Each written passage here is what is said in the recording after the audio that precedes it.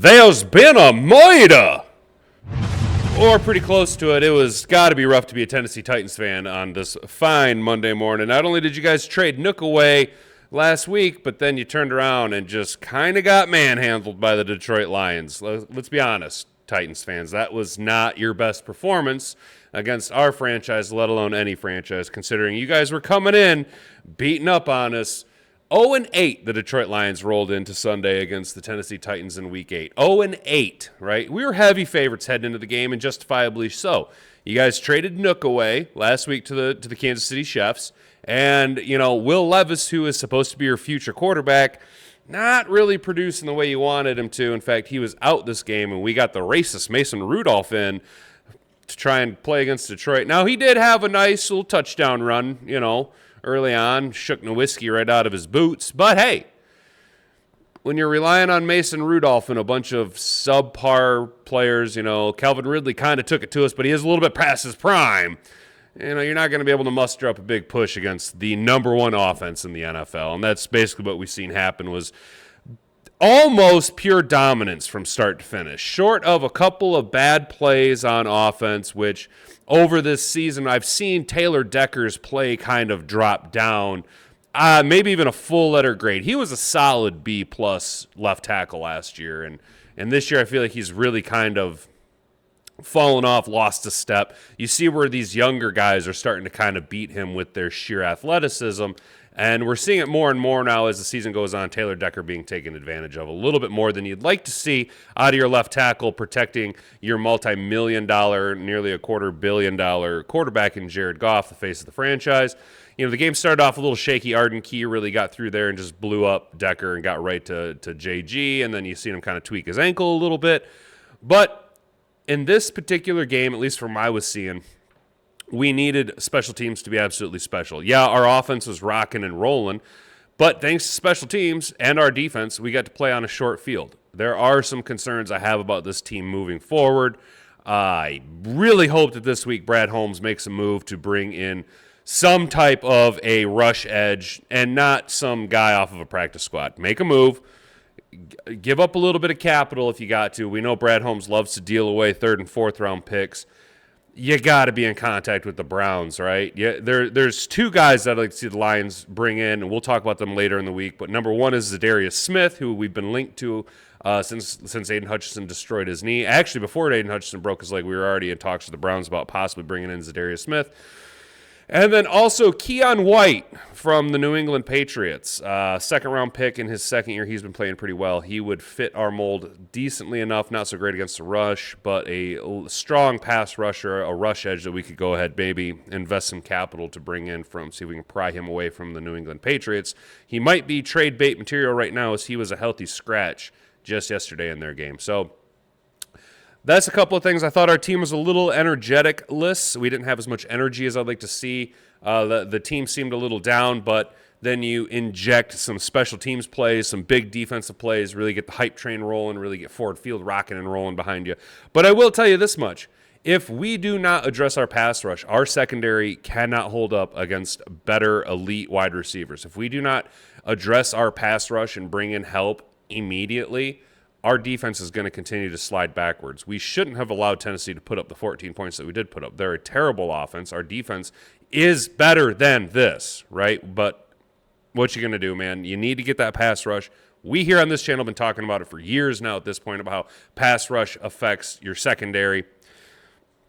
That's a video for another week. We're now 5 minutes into the video. If you haven't already, smash like, subscribe to the channel, comment down below, share this video around with your friends because it is the only way that the YouTube algorithm knows to promote my channel and help us grow. We're sitting at just over 540 subscribers at time of recording.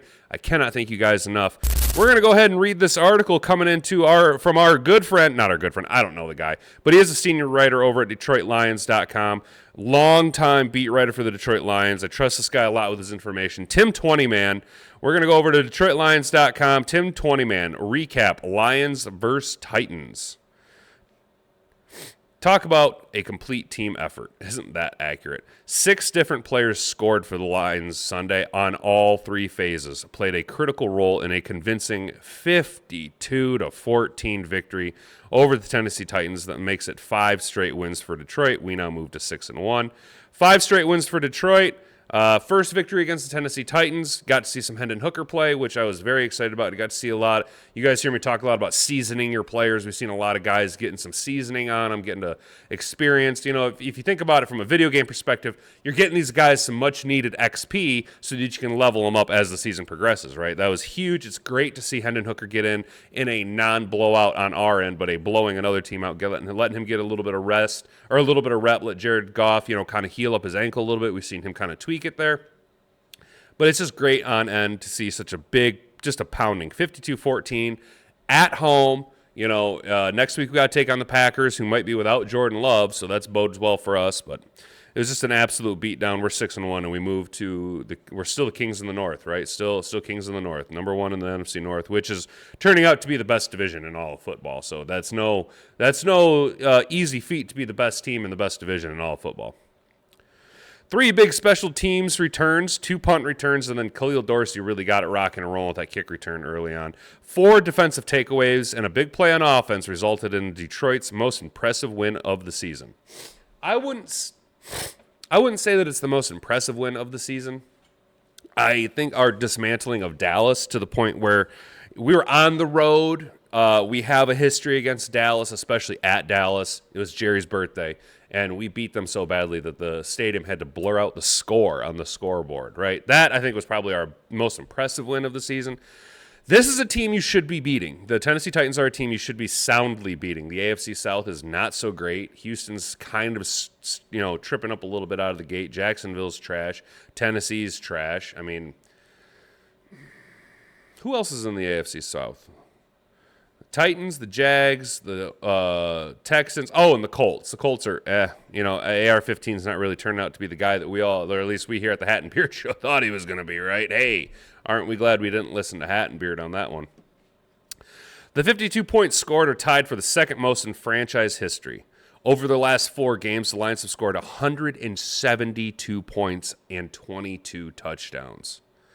This marks the most points and touchdowns the Lions have ever scored in any 4-game span in a single season.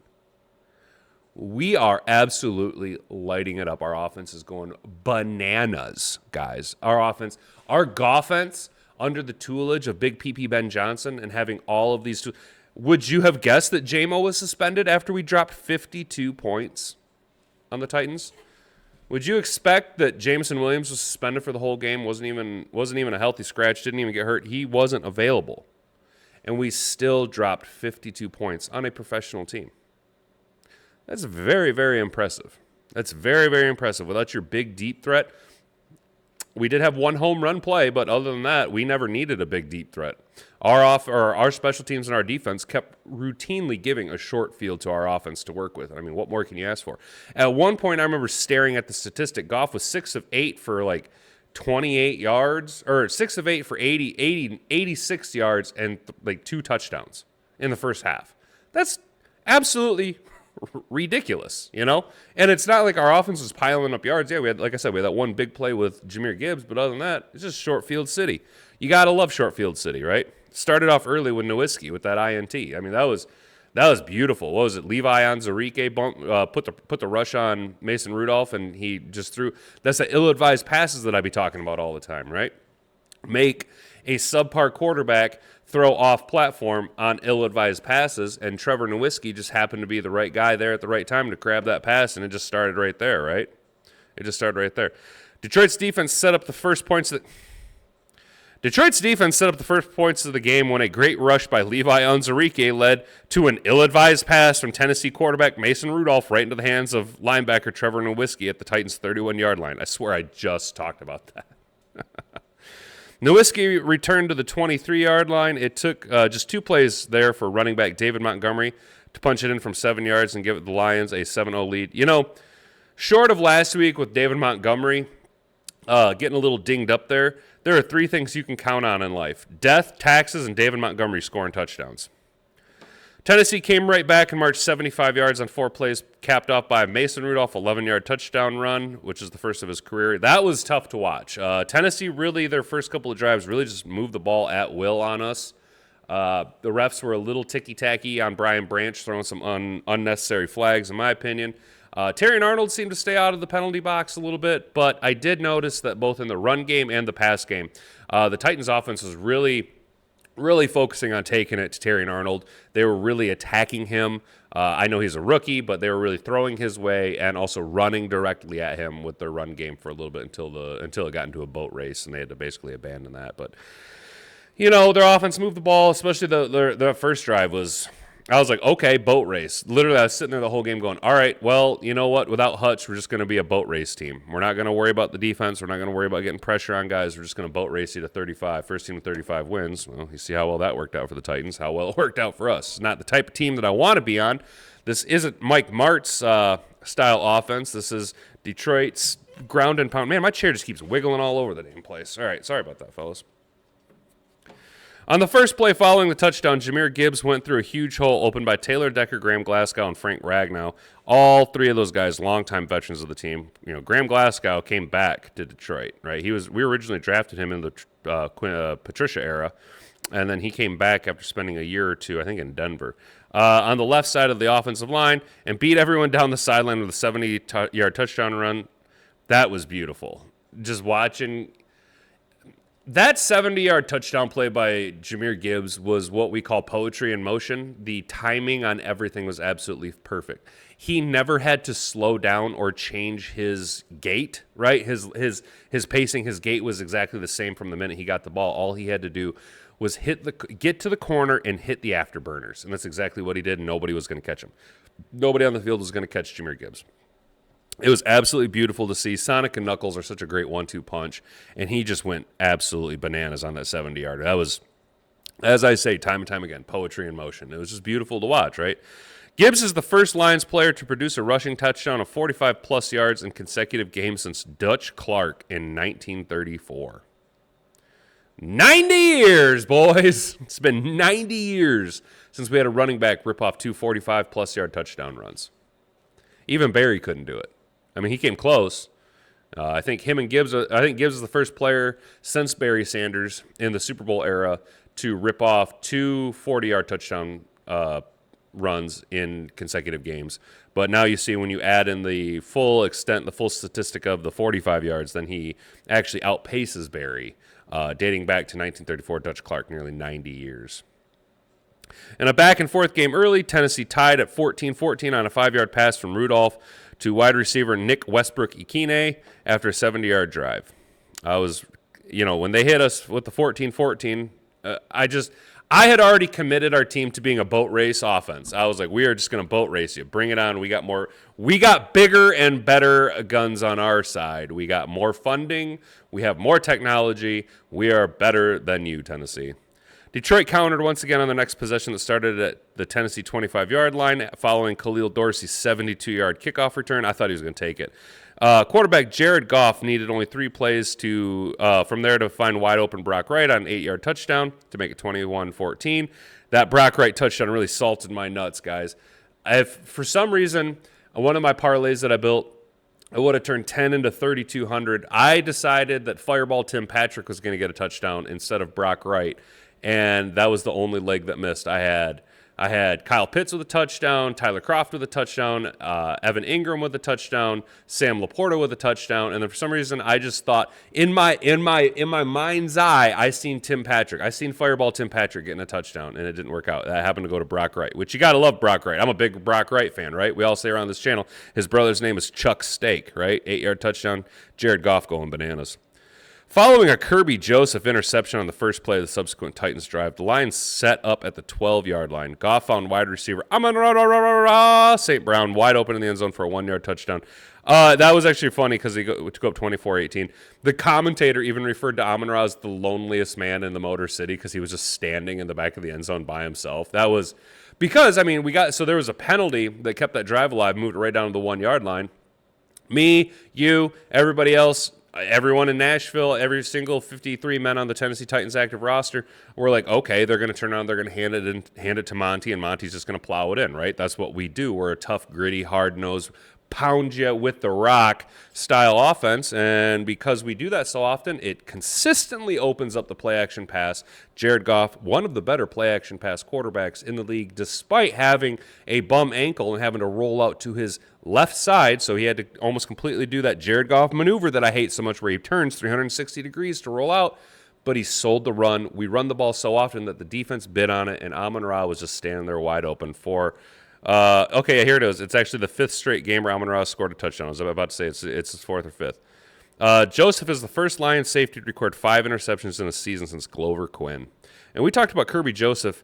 The trajectory he's on, there's only one other player in the history of the NFL who has ever had at least 4 interceptions their first 4 years of their career, 4 interceptions in every season. And there are 2 players now. There is Kirby Joseph for the Detroit Lions, and he joins the only other guy, say it with me now, Hall of Fame safety Ed Reed. That is some serious company to be hanging out with, boys. That is some serious company to be hanging out with. Kirby Joseph has been having an all-pro season. An all-pro season. He has just been going bananas. 5 interceptions through 8 games. 5 interceptions heading into week 9, and you had a bye. That's pretty good statistic there, boys. It's a pretty good statistic there, boys. Like I said, there's been a murder. The wild first half continued late into the second quarter when Kalif Raymond returned a punt for 64 yards to the Detroit 22-yard line, and you're like, he's going to get one today. I just know it. Setting up the Lions' offense with a short field once again, Detroit made it 35-14 there as offense coordinator Big PP. You got to get it right. It's Big PP Ben Johnson.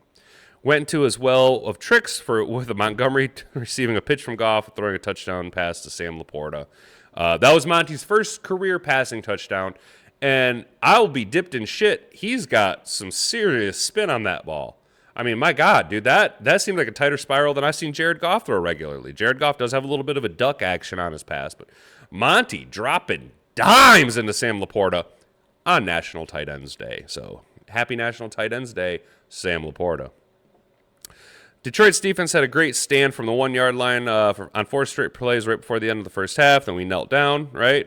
Detroit's 35 first points are the most since logging 38 points at Cleveland in 1970 for the first time in team history. 5 different players produced touchdowns in the first half of the game. And when you got 5 guys scoring, when you have 5 different cats scoring in the first half of the game, you're dropping a 35 burger to open up, and you still got 2 whole-ass other quarters to play, and you're already pounding. 5 touchdowns, 5 different guys. It doesn't bode well if you're the opposing team.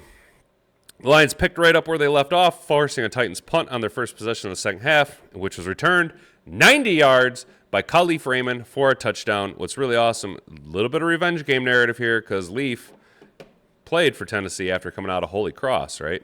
Detroit made it 49-14 midway through the third quarter on a 7-yard touchdown pass from Goff to Raymond. So he got 2 touchdowns. Then Kalif Raymond gets NFC special teams player of the game. He is my player of the game just plain outright. After Detroit got the ball on the Tennessee 26-yard line on a Carlton Davis fumble recovery caused by Amik Robertson. That was awesome. Amik Robertson, like Carlton Davis gets all the recognition because he is basically your number 1 corner. He gets matched up on guys, gets more routes than Amik. Amik plays a little bit more of your nickel and dime cornerback spot. You know, we pretty much roll out there with Carlton Davis and Terrion Arnold. Amik Robertson has been a fascinating acquisition for the Detroit Lions. He breaks up a lot of passes. His coverage has been real good. He is a very sticky tackler, but he also is very good at doing the peanut punch. And the peanut punch, for you guys that don't know, Charles Tillman, Tillman was a corner for the Chicago Bears for a long time. And it's called a peanut punch because he was so good at coming in and the ball. So if you got the ball here in your chops, right, you want to come in as a defender. If you're not trying to make a tackle, you want to come in and you literally want to punch. You want to punch that ball. You want to punch it because if you punch it, that's so much force that it's going to cause the ball to pop out, right? So it's called the peanut punch because Charles Tillman, who actually wrote a phenomenal letter to Charles Johnson Charles Johnson. I almost said Charles Rogers. When Calvin Johnson retired, it was really beautiful because those guys had a lot of heavyweight bouts throughout the years. So all that to say, Amik Robertson has been a great acquisition to the Detroit Lions. Brad Holmes proving through Carlton Davis, Amik Robertson, and Terrion Arnold that he actually is the cornerback snub that he claims to be. The Lions up the lead to 52-14 at the end of the third quarter on a balloted Jake Bates 51-yard field goal that kept a perfect 11-11 for the year. He's the first kicker in Lions history to start his career as a kicker going 11 for 11. That's fucking awesome. You guys know that I just stand here and glaze Jake Bates all the time. He's my guy. I've been watching from the UFL, So there you had it, 52-14. Jake Bates, we got a little bit of Hendon Hooker action in there. It was good to see. QB comparison. Goff completed 12 of 15 pass attempts, 80% for 85 yards with 3 touchdowns, no interceptions, and a rating of 129.9 passer rating. He played 3 quarters before giving way to backup Hendon Hooker for the fourth quarter because we basically turned it into a college football game at the time. And with numbers like that outside of the yardage, which you don't want to really worry about the yardage too hard with Jared Goff, these numbers, these are MVP numbers. Jared Goff should be the front runner for the MVP of the NFL. Change my mind. Hooker was 2 of 3 for 6 yards. Hey, stats are stats. And when you can just turn the ball and hand it off, run the clock out, and you're not expected to go out there and win the game, what more do you want? Game speed experience, a little seasoning, you got to love it. Rudolph completed 22 of 38 for 266 and 1 touchdown, 2 interceptions, and a 66.3 rating. He also rushed 3 times for 30 yards, mobile quarterbacks tend to get after us, and I wouldn't say Mason Rudolph is a mobile quarterback, but he took care of us on the ground. And then you see there that they just had to abandon the run game, and this is where our offense, being a boat race offense, is going to put the pressure on opposing teams' quarterbacks to come out and beat us. If you're going to boat race, you got to have an electrifying elite quarterback that can make all these plays. Look at Motor City. Look at MCDC. Look at that picture, MCDC. Look at that guy. He means business today. Look at JG. Yeah. Jake Bates. Yeah. Sam Laporte. Yeah. Big PP Ben Johnson. Don't ever leave. I hope he stays. I hope he just stays. I hope he stays. Please stay. Ben Johnson, please stay. Please stay, Ben Johnson. Impact moment. It might not have seemed like much at the time, but the Lions holding a 35-14 lead. The defense stopped 4 straight plays from the yard line at the end of the half was big. Yeah, because not only did you stop them from putting points up at the end of the half, but they were going to get the ball back at the start of the second half, so you could have given them a 14-point swing right there and made the game competitive again, going 28-35. But instead, you stood strong right at the end of the half. You denied them points, and then you came out in the second half, and you just punched them right in the mouth. Tennessee was set to receive the second half. Could have cut the lead to 14 with the Titans getting the ball in the second half, cut the lead to a touchdown. Instead, Detroit kept their 3-score lead and never took their foot off the gas. It's literally what I just said. Key stats, Detroit started the first half on drives of Tennessee 23-yard line, interception the 25-yard, 72-yard kick return, 12-yard interception, 12-yard line off an interception, and a 22-yard line on a 64-yard punt return in a complementary team effort between the special teams, defense, and offense. Special teams has to be special. Special teams has to be special. Special teams has to be special because if both teams were to play a perfect game, both on offense and on defense, whoever's special teams is more special is going to have that advantage. Special teams has to be special. My old JV football coach, Coach Kneckle, used to say that all the time. Special teams has got to be special. You practice like you're playing. Special teams has to be special. The Lions also started a scoring second half of the 26-yard line after a fumble recovery. Yeah, that's right. Player of the game. Yeah, player of the game. That's who I'm talking about right there. Kalif Raymond, player of the game. Kalif Raymond recorded 164 punt return yards, including a 90-yard touchdown, and also had 2 catches for 14 yards and a 7-yard touchdown. He's the only player in franchise history to record a punt return touchdown and a receiving touchdown in the same game. Even didn't Desmond or Eddie Drummond? He played a little wide receiver, but he was more just a kick return specialist, wasn't he? Yeah. All right. But still, that's awesome. Kalif Raymond is the player of the game. He better gotten some game balls because, he scored as many points himself as the entire Titans team did. And then injury report, that's right, yeah. So we lost Malcolm Rodriguez early in the first quarter. He didn't return with an apparent ankle injury. That is a huge blow that really, really sucks for us. he was kind of having a pretty good season. You know, the Seattle game, he recorded a nice little sack there. Malcolm Rodriguez, you hope the best. Hope it's not too bad. Trevor Nowitzki, though, seems to have really taken over that Sam linebacker role. Yeah, he got juked out of his shoes on a touchdown run by Mason Rudolph, but he also, had that wonderful interception where he just happened to be Johnny on the spot.